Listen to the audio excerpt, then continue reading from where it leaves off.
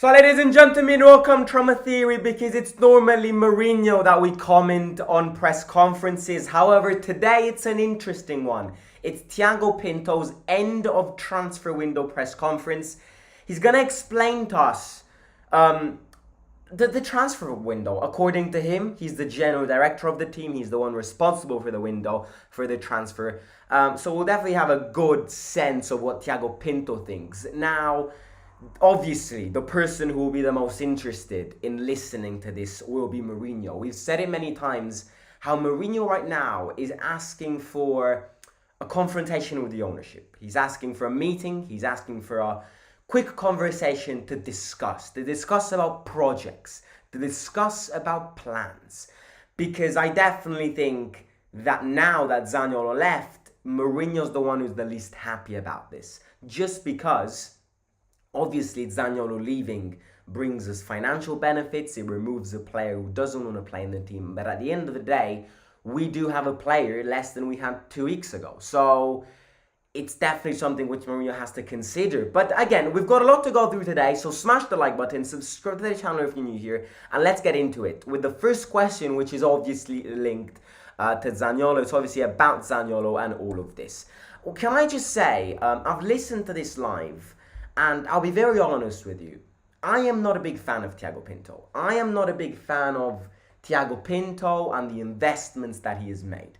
I would be lying to you if I said I fully love what he did.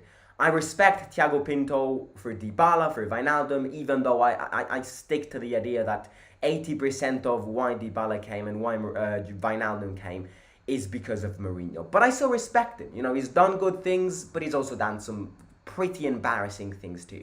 I don't like him as a guy. I don't love him. But one thing which I loved about this press conference is that he's being honest. And you don't get it very often. You know, I'll be very honest with you. It surprised me because he's been honest in this. And you don't see it many times for a professional club, for a professional player, for a professional general director who was responsible for this. You don't see this honesty coming out from him in many other teams. So I appreciate that, I respect that, but let's get into it, because the first question is, are you satisfied with the proceeds from the sale of Zaniolo? In other words, are you satisfied with the money from the sale of Zaniolo? I don't hide anything. I think we could have taken more money, and the proof is that a week ago we had a bigger offer, but with everything that has happened, we have come up with a solution which is still not bad for both parties, for us and for him. That's all. If you tell me if I'm really happy, I will never be. But was it possible to do better? I have doubts. Again, honesty. Honesty, because it is true. If you look at the initial demands we were asking for Zaniolo, and you look at the amount of money we sold him for, there's a massive question mark. How come we were initially asking 35 million and then we got barely 20 million? You know, that is 15 million difference. That's a lot of money. I will be very honest with you. I like Thiago Pinto's honesty here because he's saying, no, I wanted more money. However, anyone out there, and this is directed to anyone out there, who is blaming Thiago Pinto for the Zaniolo move, you're wrong. The only person to blame is Zaniolo himself for this. You know, we appreciate honesty, and I've said it again, I'm going to say it for one again, but I love how Thiago Pinto's being honest here, but I'm going to defend him here. It's not his fault we received less money for Zaniolo, because Bournemouth were almost offering the amount of money we were asking for, but the guy did not accept that offer, and Thiago Pinto can't do anything about that. He presented the Bournemouth offer to Zaniolo. He was waiting for Zaniolo to say yes, and then all of a sudden Zaniolo said no. So, you know, linked to Zaniolo move and the fact that we received less money than what we were hoping for, I agree, it's not something amazing, but it's not something you can blame Thiago Pinto. I'm going to defend him here. I've said it at the start. I don't rate him massively. I don't particularly love Thiago Pinto and the job he's been doing. But you can't blame Thiago Pinto here. You see, you can only blame Zaniolo because Thiago Pinto actually prepared a 30 million offer, including bonuses, to Zaniolo. But Zaniolo said no. And then a few days ago, he actually thought about everything and said, right, actually, let me say yes to it. That's not how you behave. So it's Zaniolo's fault that we didn't get the amount of money we were asking for. But still, speaking about Zaniolo, Zaniolo has signed his contract with Galatasaray. I'm going to quickly go over the details of the deal because they're very interesting. Because, there are a lot of little hidden details which no one was talking about, which benefit us a lot. Let me go to Fabrizio Romano's Instagram page. He posted a story on this. There we go. Nicolo Zaniolo to Galatasaray, most expensive deal ever in Turkish football. Okay, these are the details of the deal. 16.5 million guaranteed fee to Roma. So at the base of everything, we're getting 16.5 million. Let's round things up, 17 million. 13 million add-ons package. So, we have a base of 17 million. We could also get 13 million add-ons packages, so including bonuses and things. The bonus sum adds up to 13 million. He signed a contract until 2027 on a 3.5 million salary per year. We will have a 20% sell-on clause, so whenever Galatasaray sells Zaniolo, we get 20% of that money. And we also, obviously, 35 million release clause. But the interesting thing is that AS Roma will have an option/priority clause on 2 Turkish talents as part of Zaniolo deal with Galatasaray. These 2 Turkish talents are Yusuf Demir, 2003 midfielder, former Barcelona player, and Efe Akman, 2006 midfielder, considered a Turkish top talent. This is something which we did not know about. So at the end of the day, yes, it's not the 35 million we were asking for. It's not that bad. We get 17 million as a base. We could get 13 million as add-ons. We get 20% of sell-on clause, and we also get an option/priority clause on 2 Turkish talents. And one of the 2, Yusuf Demir, 2003 midfielder, former Barcelona player. He's that Yusuf Demir which debuted with Barcelona a few years ago. He is that guy. He's got talent. He's got prospect. So what this effectively means is that whenever Galatasaray get an offer regarding either Demir or Akman, they need to ask Roma if they want to do something with it or if they can accept that offer. So technically, they are 2 talents which we could easily get if we want them. But the important thing here is that any other team, anywhere in the world, if they want to sign one of these 2 players from Galatasaray, Galatasaray would have to ask us first what we think about it and what we would do. And that's good. I think you sum all these things up, it's not that bad of a deal. Thinking that if he was cut out of the project, we could have basically not seen him play football for 6 months, drag his value down. And even in the summer, I think receiving 20 million would have been a dream. And then if you don't receive anything this summer, you have to wait until his contract expires. And when his contract expires, we leave him as a free agent. So I think it's good. It's a good move. And as Thiago Pinto said, we could have gotten more money, but it has benefited both sides. So we're happy about this. Moving on. Second question is a general question. I think, again, this is a very general question, but we'll answer it because Thiago Pinto answered this. Are you satisfied with the transfer market, with the January window? Thiago Pinto said, I'm not satisfied. Again, honesty. He's not the best general director out there, but if he's honest and if he knows that he himself has made mistakes in deals, then I'll accept it. Everyone makes mistakes. Satisfied with the market? I'm not satisfied. We lost 3 players and brought in 2, even if we are confident in Wijnaldum's recovery. I can't say what I said in the other windows, that they were positive. We didn't beef up. So I'm sorry he's off the UEFA list, but it makes it clear that this financial fair play story is serious. It's making our transfer windows difficult. With Bournemouth's offer, we were able to make an important transfer market. We didn't succeed. Some things can't be changed. Out of respect for the club, I won't say who we would have taken in Zaniolo's place. And again, I agree with him.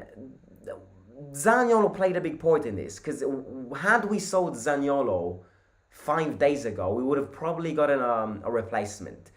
And to be fair, it is very tempting for Mourinho to be unhappy at Thiago Pinto for having sold Zaniolo and not having bought anyone in. It's tempting because he's the general director, but at the same time, the Thiago Pinto can't do anything about it.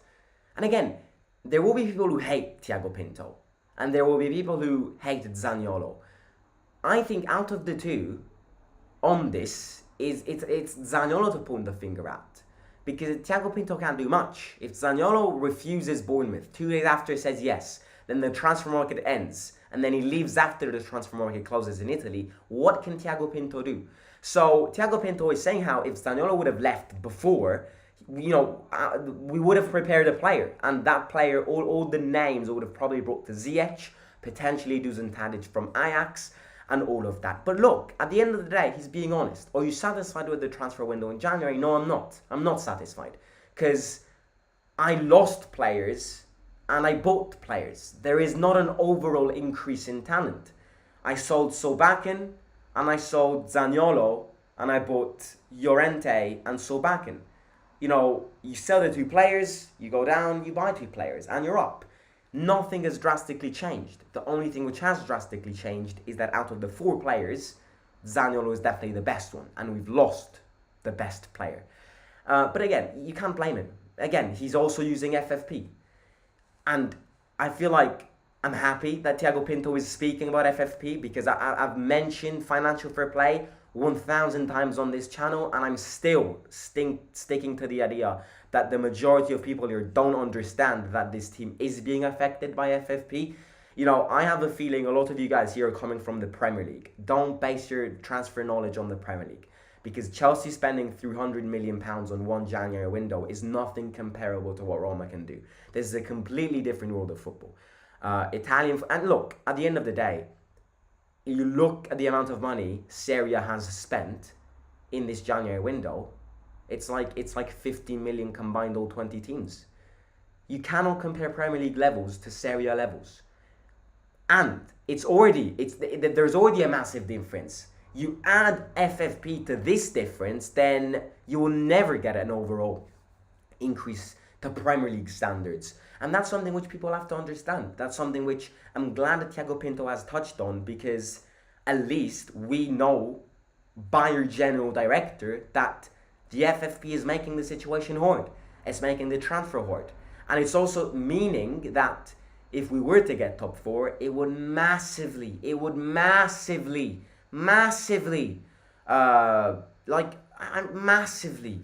just limit the balances and all of that. Trust me, top 4 would be vital. And I'm sure everyone knows this. And I'm not saying we are in top 4 and we're going to get top 4, because we've still got like 5 months to fight for top 4. But if we were to get top 4, it would be revolutionary. The second we get top 4 and Mourinho doesn't get the players he wants, then he's got all the rights to protest. I mean, he's got all the rights to protest right now, if he wants to. But he needs to understand that, FFP is playing a big part. And I'm sure he's understood this. And in fact, Thiago Pinto has also touched on Mourinho too. Right, second to last question. He got asked more questions, but I'm obviously touching the most important ones. This is the interesting one. Someone asked, you told us the word, over the course of the press conference, you mentioned the word FFP 3 times. And you say that you work with Mourinho in the same team. But whenever we hear Mourinho speak, it feels like you and him are following 2 completely different paths. What will be the future project? This is a good question, but I would not have asked this question right now. Because right now, we don't care about who will stay, who will leave. Right now, our priority is top 4. And the attention of the club has to be on reaching top 4. The second we reach top 4, and the second the season ends, that's where all of these, does he renew, or does he leave, what happens to him, that's when all of these conversations have to make. But this is what Thiago Pinto said. I don't want to hide behind FFP. I have no doubts that in 3-4 years' time, Roma will be more solid and will have more power on the transfer market. There is no other way, however, than to take this route and deal with FFP. When I will leave Roma, more than compliments, I'd like to be sure that I left the club better than how I found it. If we continue as we do now, also obtaining sporting results, reaching top 4, we will get over FFP. In Italy, nobody bought in January. It's a theme of Italian football, what I was mentioning before. Don't come here to the Serie teams, to Roma fan channels, to Milan fan channels, to Lazio fan channels, if there are any, to Juventus fan channels. Don't come from the Premier League and expect Serie teams to invest to the standards and level of Premier League sides.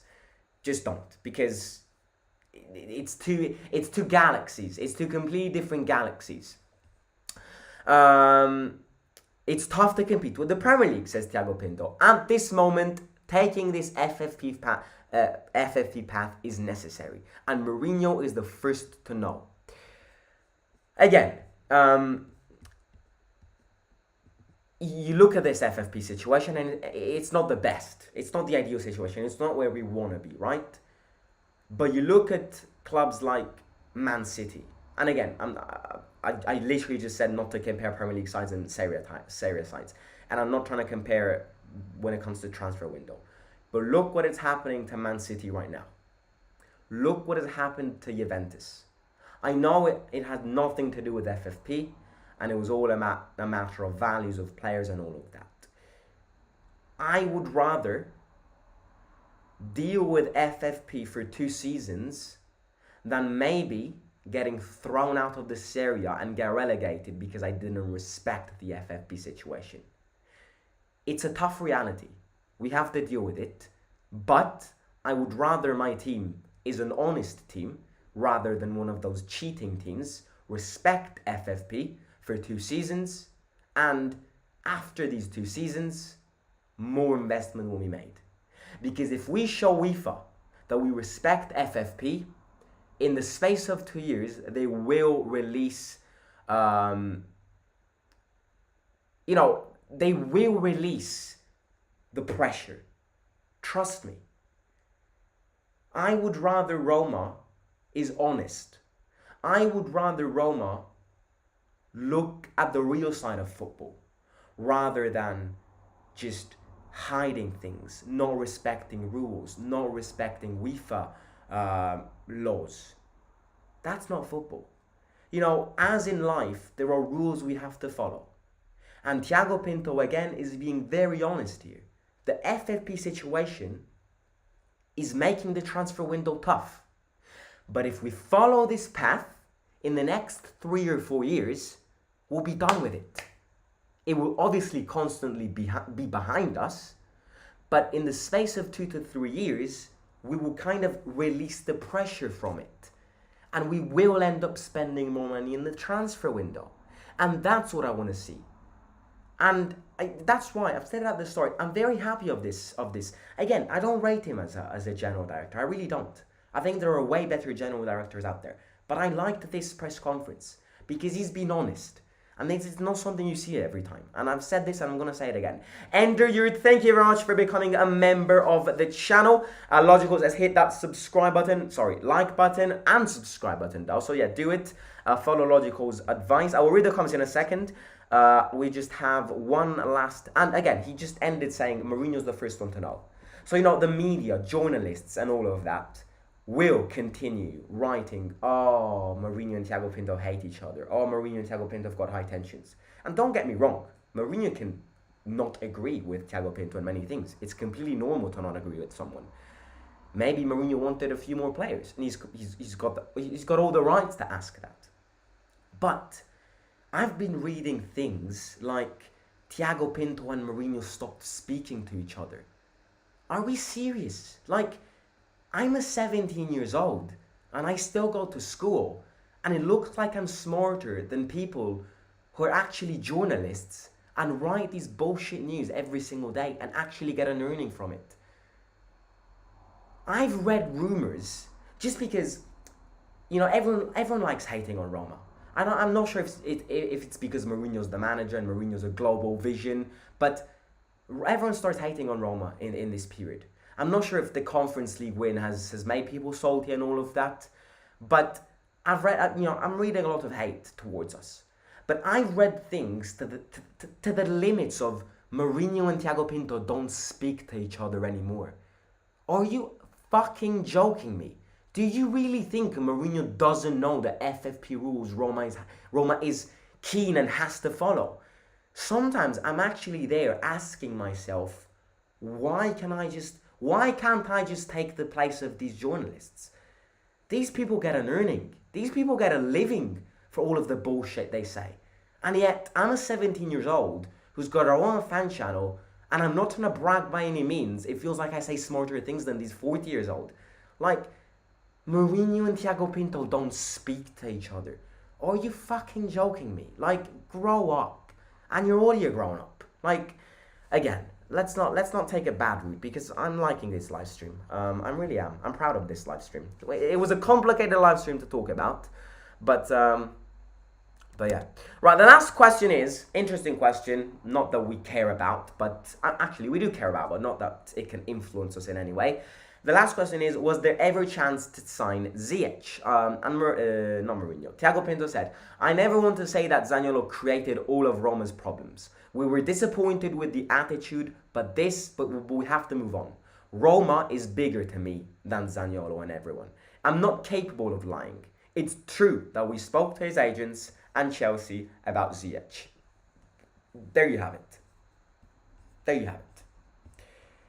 If Zaniolo would have left 1 week ago, if Zaniolo would have accepted the first Bournemouth offer, then we would have signed Ziyech. Because Thiago Pinto has revealed to us that there were contacts with Chelsea, there were contacts with his agents, and when a player wants to leave the side and you have contacts with the agent and the player will end up leaving the club. So Ziyech would have come. But Zaniolo decided to delay all of our things, and we have to deal with it. We have to move on. Maybe this will give more chances to Solbakken. So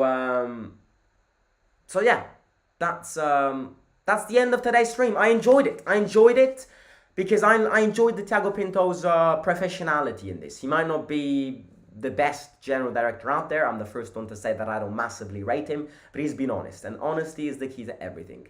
Mourinho will be definitely very interested in listening to this, and I'm sure you'll appreciate Thiago Pinto's honesty. But yeah, I'm not trying to say what I said before. I'm not trying to say Mourinho fully agrees on what Thiago Pinto says. Thiago Pinto and Mourinho will have a few things they don't disagree on. But to say that the two don't speak to each other when they work in the same environment is something which Teletubbies would say. Teletubbies in one of their episodes would say. You know Teletubbies? You know, like in their intro, how we've got like a child, the face of a child representing the sun rising up. That's something that guy would say in the Teletubbies intro. Thiago Pinto and Mourinho don't speak to each other. Welcome to the Teletubbies show. It's not that. Grow up. Everyone who says and believes in these things. It really doesn't take a genius to understand these things. But yeah, I enjoyed it. It's been a fun one. I will catch you tomorrow with another update. Tomorrow's Thursday. We're playing on Saturday. So if Mourinho goes live on Friday for the press conference, we'll speak about the match tomorrow. Otherwise, I'll keep you updated if anything happens.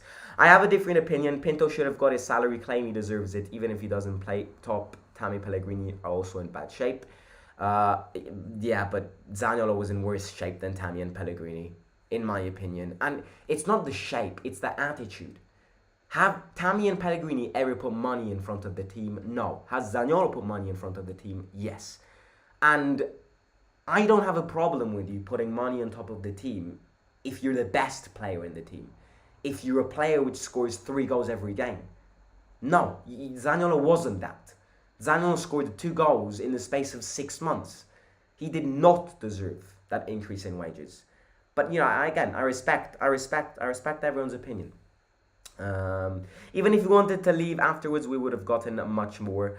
Thanks for your channel. I don't speak Italian. Forza Roma since 1999. I love it, mate. Absolutely love it. Is Solbakken out from the UEFA list? Yes. From the Serie A list? No. And I think now that we haven't bought anyone because of Zaniolo leaving, I think Solbakken will definitely have more chances. Ender Yurt, thank you very much for becoming a member once again. I've said that already, but thank you very much. Giovanni Youssef says, do it, Simon. Zaniolo was petty. And Cinzia Venturoli says, Sabatini was the best. I love him so much. If he can, yeah, Sabatini was the best. The way Sabatini dealt with deals was something admirable. But I'll catch you tomorrow. Smash the like button, subscribe to the channel. I hope you enjoyed this stream. If anyone doesn't speak Italian and didn't follow the Thiago Pinto press conference reaction a few hours ago, I'll catch you tomorrow. Smash the like button, subscribe to the channel. I've enjoyed it tonight. Take care, and I'll catch you soon. Simon out.